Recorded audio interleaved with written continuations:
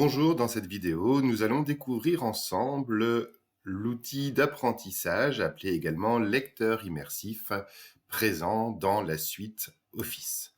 Donc, vous reconnaissez ici un document Word où vous avez du texte, etc. Texte qui ne sera pas facile à lire, notamment pour les élèves présentant des troubles d'apprentissage. Fort heureusement, lorsque vous allez dans l'onglet Affichage, vous disposez d'un bouton qui se nomme Outils d'apprentissage.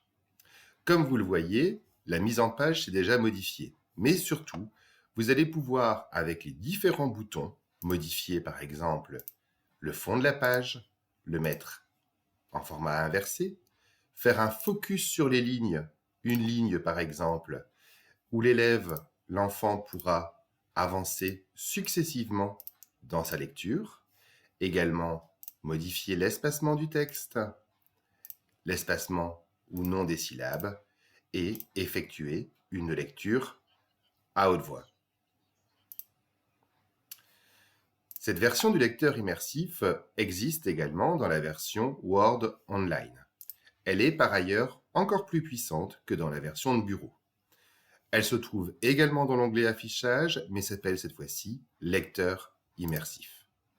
Vous allez voir que le document va se charger et que vous allez observer ici en haut à droite différentes préférences. La préférence de texte qui vous permettra de modifier la taille du texte, d'augmenter l'espacement, de changer le type de police, mais également le fond qui sera plus adapté à la lecture.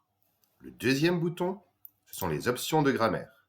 Je vais pouvoir identifier par des couleurs les noms, les verbes, les adjectifs, adverbes, et éventuellement afficher les étiquettes, c'est-à-dire les petites lettres qui vont me permettre de différencier ces mots.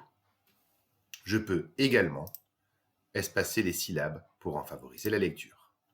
Enfin, les préférences de lecture nous renvoient sur le focus de ligne que nous avons vu précédemment et nous permettent également d'accéder à l'imagier. L'imagier va permettre, lorsque l'on clique sur un mot, d'avoir soit la possibilité de l'écouter ou, dans le cas où le mot dispose d'une illustration, de pouvoir avoir des illustrations qui m'aideront à comprendre le mot. Par ailleurs, il est important de noter que l'outil d'immersion linguistique va permettre d'être utilisé dans différentes langues.